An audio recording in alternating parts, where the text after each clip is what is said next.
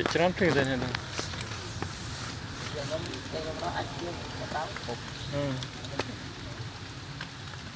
mò phải bàn tôi cái mò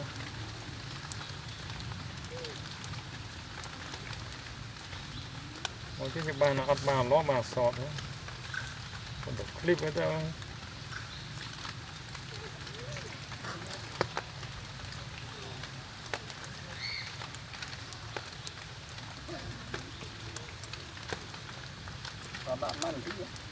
hả sót bay tì cho các bạn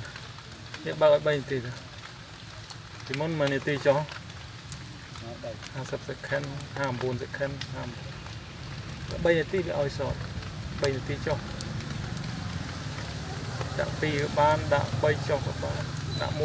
1នាទីក៏បាន